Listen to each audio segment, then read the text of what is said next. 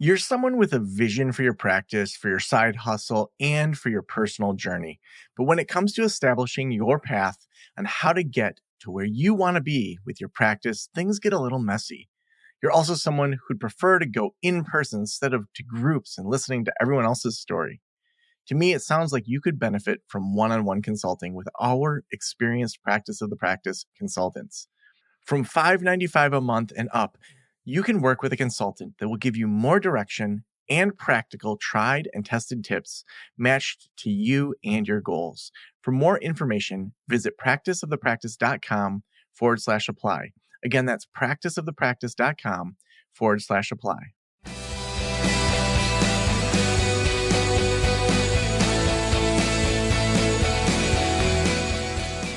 This is the Practice of the Practice podcast with Joe Sanok, session number 1184.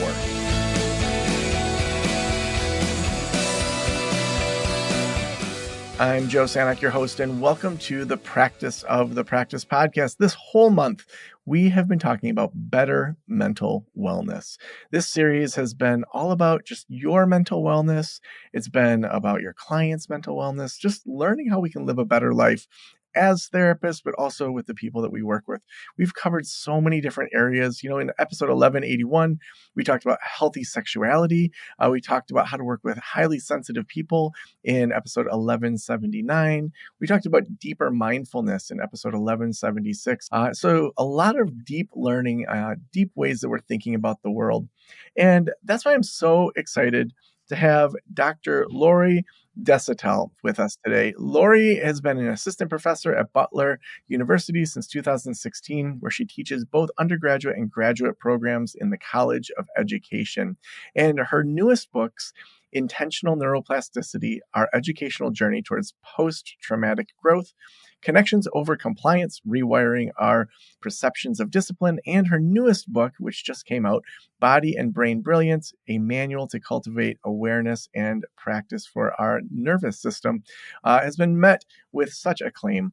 She's met with over 200 school districts across the country, also in Canada, Costa Rica, Australia, Scotland, England, and Dubai, equating to more than 150,000 educators with more work to be done. Lori, welcome to the Practice of the Practice podcast. Thank you, Joe, for having me. I'm excited for us to talk for a bit. Yeah, well, we discovered that you're actually consulting with my daughter's school district to implement this work. So I'm excited to see this work come home with them talking about it. I love that. Yeah, Traverse City is that entire northern region is just integrating this manual, and so it's just my honor to travel up there and to sit beside the schools. Yeah, it's great. I love how forward thinking they are. Now, I know a lot of this manual that you're implementing, which we'll definitely dig into, is bringing together a lot of your previous work, like your book, Intentional Neuroplasticity. So that listeners maybe that haven't read your books, what do they need to know kind of before we get into talking about body and brain brilliance? Well, I think the books Connections Over Compliance and Intentional Neuroplasticity really address what is underneath our behavior and also what is underneath the children and the youth that we work beside. So whether you're parenting or caregiving, whether you are in the mental health field, in our schools, we all have this incredible, flexible, adaptable nervous system that drives how we think, how we feel, how we behave. And really, when we begin to befriend our nervous system and to know that it's always trying to protect us, then that awareness is transformational. Mm. Yeah, being a single dad raising these girls mostly on my own, I'm just going to be selfish here and be like, what should I make sure that I'm keeping top of mind? They're 10 and they're 13. I feel like I try to have good emotional awareness, but like, what are the things that just as a parent, you wish every parent would know? Well, putting on my parent hat because I'm a mom of three adults, young adults now, and I wish that I had validated their feelings and their sensations more often. I wish I had listened to learn. And I also think it's really just critical that we even delve beneath feelings, because sometimes we don't even know how we feel. But below that feeling is sensation. And sensation is the language of the nervous system. So when we think about sensation, like tingly, teary, open, tight, tense, our children and our adolescents really understand and get that. And so just tapping in to those sensations is something I wish that I had known more about, and that I had integrated into our home, and also as a young teacher when I was a special education teacher and a school counselor. I wish I had known that. Mm. Now that word neuroplasticity, we hear it a lot in the news. I feel like it's become kind of one of those hot words that most people don't really even understand, kind of what it means. Even therapists, okay, yeah, we used to think that our brains were pretty solid and, they're a big thing of concrete after a certain age, and we've learned that there's some changes that can happen. Tell us a little bit more about the research on neuroplasticity and what kind of as therapists and just as people we should understand. Well, I agree with you. That word has become trendy, and we have to be really, what's the word? I think aware of how we're using it. It is not just about the brain, it's about the whole nervous system. So when we say neuroplasticity, it is our nervous system's ability to adapt, and to grow and to move and to shift with all of our experiences.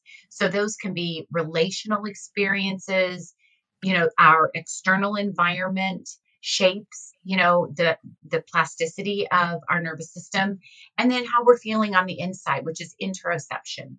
So neuroplasticity, in a simple definition, is really how all of our relationships, environments, and experiences begin to change and shape, how we perceive and sense and feel and think and behave in our worlds. Mm, It's a yeah. superpower, Joe. I mean, it really is, and that sounds trite, but it's really, it's hopeful. And as a therapist, as a counselor, as a social worker, this is the best news that we can give to our clients and to our children and youth. And it takes patterned repetition, though. I mean, anything that we practice, we get good at. And that's because we have circuitry in the brain and in the nervous system that, we develop these neural pathways, and they become, like superhighways. They're not just Mm, gravel roads anymore. They're superhighways. So we get good at that. If you I share this a lot. If you are a worrier like me, we are good at worrying because we do it a lot. And so I'm working on really replacing that worry, not just doing away with it, but just being aware of how I worry, and then really shifting, to something that feels a little more, soothing, or gives me a little more ease when I start to worry. Yeah. mm. Yeah, I'm thinking about how much is changing in the world, whether it's global warming, political differences, attacks on science. Like, there's just so many things just to worry about. But what do you think? Like, what do you think the value is of really focusing in on our neuroplasticity with such a changing world right now? Well, I first of all, I love that question, and I think that focusing on neuroplasticity gives us some control and some autonomy and agency on what we can do, and to really be intentional about the way we're thinking, and about the way that we're feeling, because that's a choice. But it's really challenging when our outside worlds feel so overwhelming. But again, this is where we need each other. This is why co-regulation is so important. We can lean into, assisting, one another in really kind of pulling apart or parsing how we're seeing a situation, and helping each other see options and opportunities. And so it's, yeah, it's just really, plasticity is, I think of it as growth mindset, but at the nervous system level. So our nervous systems, as I shared, are always trying to protect us. And so some of our worrying or some of our habits of thought are, we don't need them anymore. We needed them at one time, but we no longer need them, but they still like show themselves when they feel that we are overwhelmed. We call that, it's interesting. It's our survival drive. So we all have a survival drive. And I talk about this in the books. And that survival drive is something that we might have learned when we were little and when we felt threat or we felt something was unfamiliar or we felt something was overwhelming. And so we had a habit of thought, or we might have retreated or disconnected from everyone around us, or we might have felt small or ashamed. And so that survival drive kind of sticks with us when we don't need it any longer because it's an old reptilian brainstem response, if that makes Mm, sense. yeah. Now, let's transition into your work with the schools, because I think it's one thing for folks to work with clients, to work with them individually. They're often motivated to change because they're coming to therapy. They're coming there. Whereas when you are working with a school or a school district or an entire county, there's so many competing ways of thinking, of understanding, of baseline knowledge. There's just like a different maybe just like a different baseline that you're starting with. I would love to hear, when you enter into these new relationships with a school district, just like, what does that look like? Because when you're that outsider, sometimes you can't get that buy-in right away. I know that, like, when I was working at the community college, it felt like every year this one department would bring in some expert that were like, this is the new thing we're going to do. And then the next year, like one year it was like strength finders.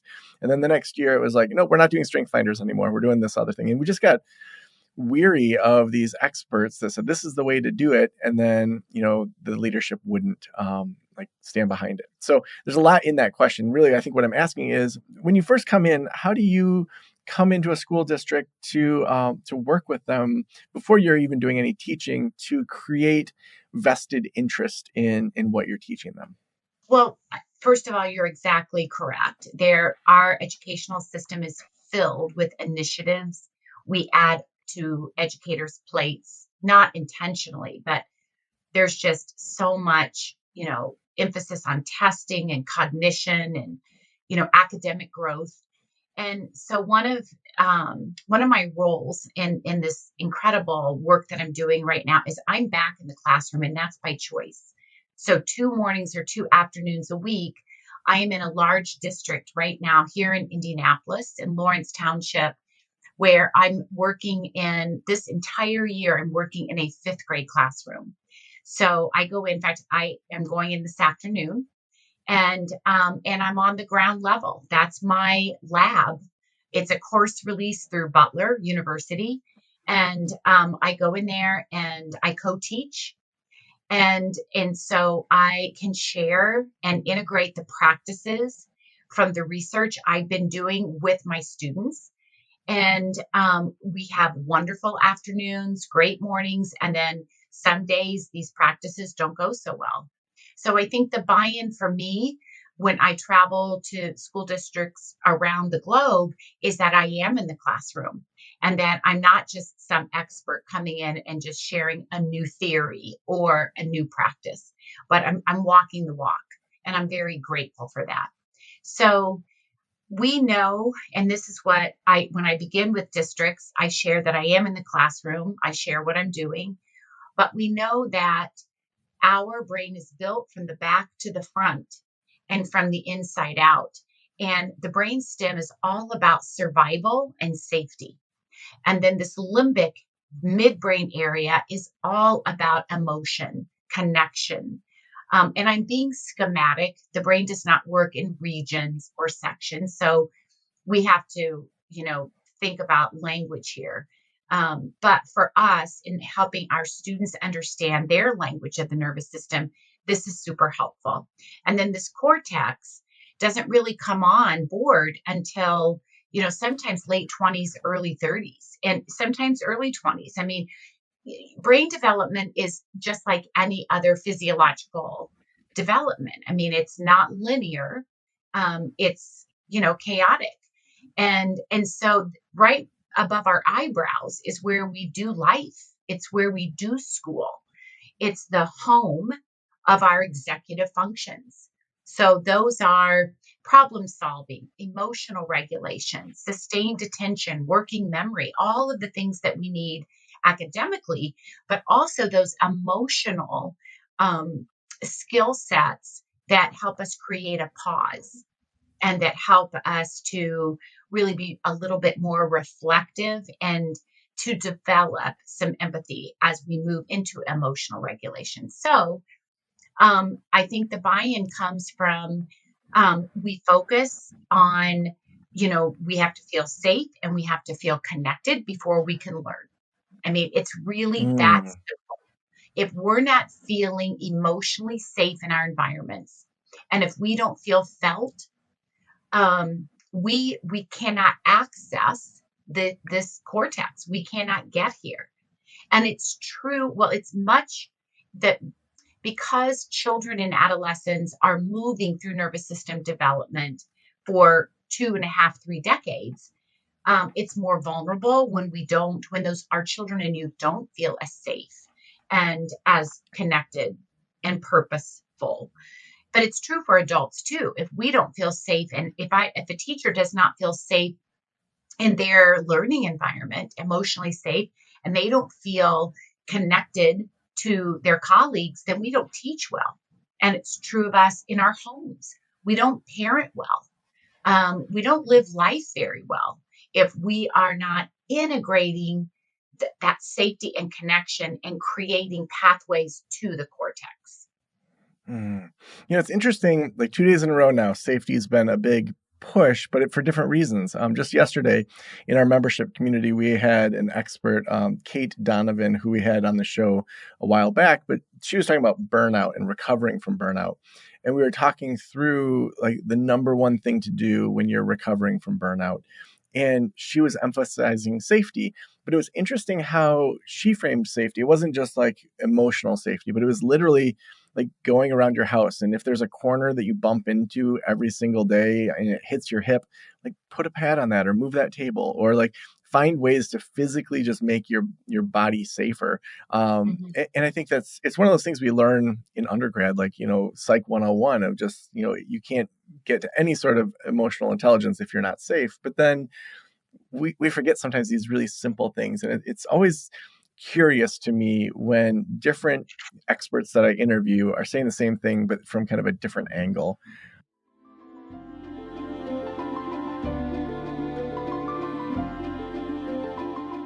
As a therapist, I can tell you from experience that having the right EHR is an absolute lifeline.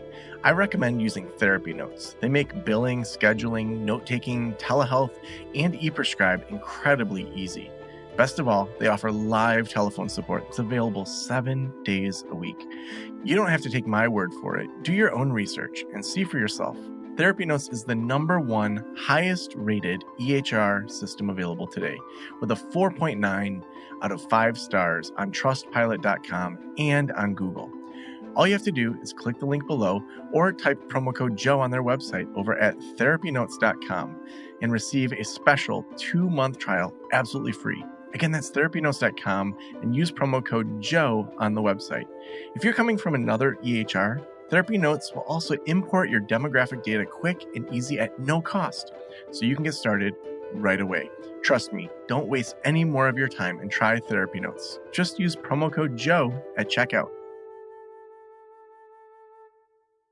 So take us through what this looks like in regards to what you're teaching administrators and teachers and students in regards to kind of implementing these things in the classroom and in the educational systems.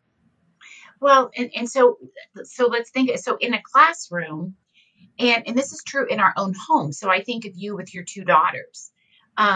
What do your procedures look like? Like, meaning, what are rituals? What are morning rituals? How do you transition throughout the day?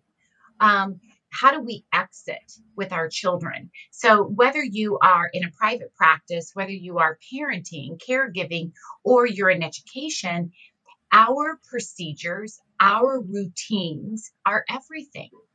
And so when we think about, I started making this analogy. So when I am in the classroom, and my work in the classroom, which is what you asked, is really warming up the nervous system to learn, and giving our students an opportunity when they are opening Chromebooks, when they're opening tabs, when they're eating breakfast, as they walk in. I want to bring that engagement into the present moment, and I want them to feel heard and seen and felt. So we do nervous system check-ins, and I would have done this as a young mom. I would have had this polyvagal graph. I would have had a nervous system check in on our refrigerator. I would have had one upstairs. And I would have given my own three children an opportunity. They don't have to talk about it, but they can share, you know what, I'm in my cortex right now, or I can't talk to you. I'm upset. I'm in my amygdala, or, just leave me alone. I'm down in this brainstem area. And again, we're being schematic, but it's really important that we teach our children and our youth that there is no good way of being. We all move through nervous system states, through this hierarchy of nervous system states all day long.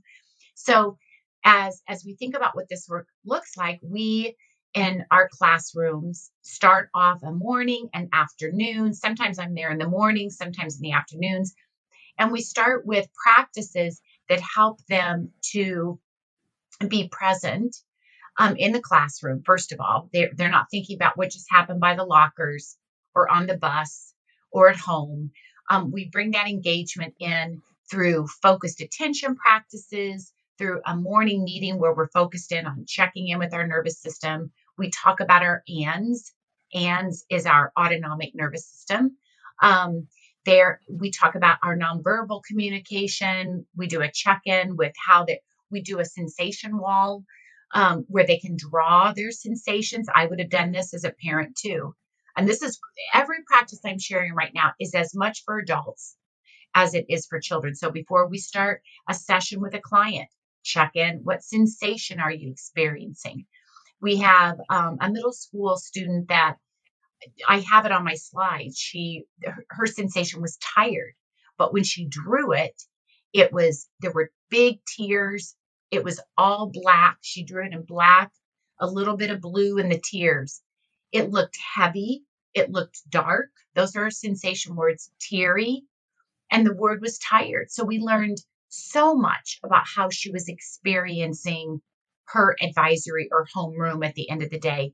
Then we could help her and resource her nervous system once we understood how she was experiencing the last period of school. So that's really the core of the work. Hmm. Yeah, I think it's interesting to think about evaluating the learning process and the emotional process as not being separate in the way that it's been maybe viewed for Right? generations. Instead, even in Michigan, actually, our state representative is the one that got it passed, where every meal, breakfast and lunch, is now free for any student in Michigan. And like my Mhm. daughter doesn't like the breakfast there, but that's okay. She isn't the target market for the most part in regards to making sure every kid gets it, and to just now take away that stigma of free and reduced lunches, and to just say every kid can choose if they want some breakfast or some lunch, and to just make sure kids are fed, have that time before class to get some food and to get grounded. That's a shift in a lot of ways. It seems like the education system is implementing a lot of these best practices for just mental wellness. Yeah, absolutely. And one of the things that I speak to schools, this, social and emotional learning has really become distorted in many states. It's misunderstood. It's been attacked. It's been denigrated. But really, it's so, I don't even like the term social and emotional learning because it's really about the neuroeducation of the nervous system. And it's, traditionally many schools and districts will implement, there are so many programs out there, whether it's conscious discipline, zones of regulation, second steps, some newer ones, and it's been something you check off, like, okay, we did our SEL from 10 to 10:30, now we're going to move through the day. And that's not how we learn, that's not how we live in plasticity. This work is all day long. you know our kids, when they go out to recess or when they're moving into another classroom in middle school, they'll talk about what teachers were in their amygdala, they'll talk about who was in their cortex, they'll talk about their neuroception. We give our first graders the science of this, so they take it home to their parents, they do focused attention practices with family or caregivers. It addresses neurodivergent learning and neurodivergent children who sometimes feel oppressed in our classrooms because they learn differently, they process differently, and they interact, in a way that, some people just misunderstand. So I love that it's integrated all day long. I mean, we just don't check it off and say we're done. Yeah. Well, and I think it's just easier on the caregivers or the parents or the teachers too. I mean, I remember when I was 19, I started working at a runaway shelter in Kalamazoo. And I mean, these kids were 2, 3 years younger than me at the time. But to be able to just learn some of the basics of prepping kids before we would leave somewhere and, having a clear schedule, those are things that I brought into my own parenting. And so when I hear other parents talk about, oh, this morning was so rough or this evening was so rough, yes, there are times that my kids wake up on the wrong side of the bed and are a little bit pokey. But, the way we have our mornings scheduled out is it kind of makes it that there's no room for error, where it's really easy to just have a regular morning that, they know at this time we're waking up and at this time we're having breakfast. And by this time we need to be getting our shoes on. And it's like the same flow every single morning in that ritual where, yeah, we can start to add things in like listening to music in the morning. But then if that gets in the way of, being on time to school, then we're going to take that back out. So I think that, in the classroom, kind of those rituals of connection and those ways of just entering in a more emotionally intelligent way is just so important. Absolutely. And to be nervous system aligned is also to have that structure and those routines. And because our nervous system craves predictability. We need to understand um what's coming next. We desire to know what's coming next. And that's a part of our evolutionary biology. So being predictable, being consistent, creating boundaries and structure and routines and rituals is so soothing for the nervous system. And that's a part of our framework. That is the applied educational neuroscience framework, which is a tier one framework. It's not just for those kids or these adults. It really is for all children and youth and for adults. And, as we begin to think about behavior and think about discipline in our schools, behavior, classroom management is about the adults. And this is a big shift from how many educators were prepared and trained.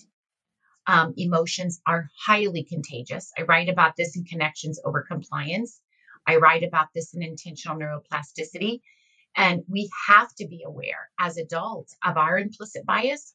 We have to be aware of our own traumas and adversities that have landed in our nervous system that can get triggered when we see a behavior. And many of our teachers are neurodivergent. So their ability to stay steady and grounded when there's a lot of chaos or overwhelm is challenged. Now we've got a bunch of therapists listening that are, in private practice and in a lot of different areas. How can they best take this work into the sessions? I think And as a former school counselor and a former therapist, I think one of the best things we can do is check in before we start a session. I think we give our clients, our children and youth, an opportunity to draw, to journal, to color, to choose a sensation.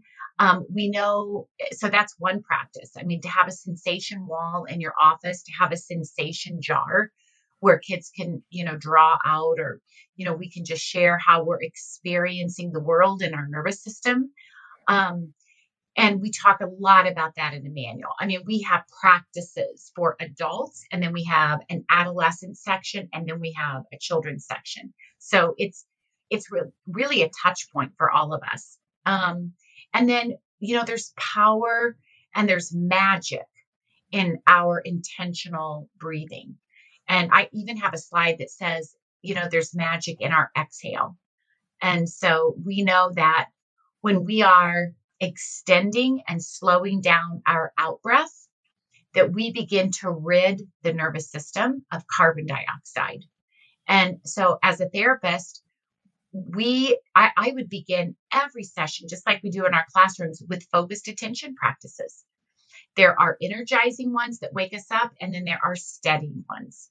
And those are on my website too. We've got there are probably 300 or 400 different practices. I just put everything in that website for therapists, parents, caregivers, and educators to download and use. Oh, so awesome. Well, Lori, the last question I always ask is, if every private practitioner in the world were listening right now, what would you want them to know?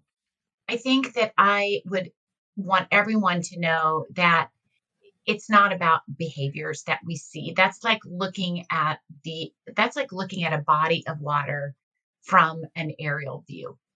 It really is delving beneath that water and knowing and understanding and getting curious about how that nervous system has survived in the world, and how our generational trauma, our embodied experiences, our perceptual maps of the world have really formed and adapted to how we behave. And then I would say the plasticity of the nervous system is our hope and resiliency for the future. So awesome. If people want to follow your work, if they want to access those resources you talked about, where should we send them? It is revelationsineducation.com. So awesome. Well, Lori, thank you so much for being on the Practice of the Practice podcast, and also for training up here the school district to help my kids. Thank you, Joe. It was an honor. Thank you.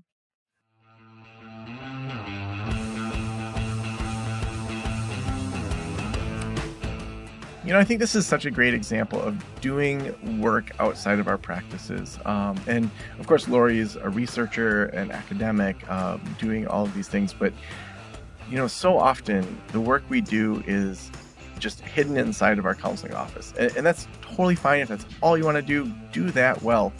But I think we underestimate our skills as therapists.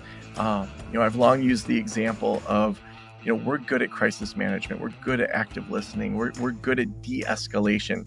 What kind of businesses need that? I mean, imagine banks, imagine any customer service. The skills that we have, oftentimes our communities need and are willing to hire you for. So I would love for you to brainstorm, if you took your skills that are in the office out into the business world, what could that kind of consulting look like? What are some lunch and learns you could do for some of the local businesses? There's so many therapists that are starting to dip their toes into these areas, and I want to encourage you to do the same. We also couldn't do this show without our awesome sponsors. Therapy Notes is our sponsor today. They have the best electronic health records out there. They're going to help you transition from whatever EHR you're using right now. It's all HIPAA compliant. They have HIPAA compliant video embedded right within the system. They help with the billing. It just makes it so much smoother. So head on over to therapynotes.com. Use promo code Joe at checkout to get that discount as well. Thank you so much for letting me into your ears and into your brain. Have a great day. I'll talk to you soon.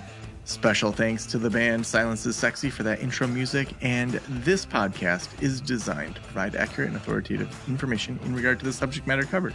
It is given with the understanding that neither the host, the producers, the publishers, or guests are rendering legal, accounting, clinical, or other professional information. If you want a professional, you should find one.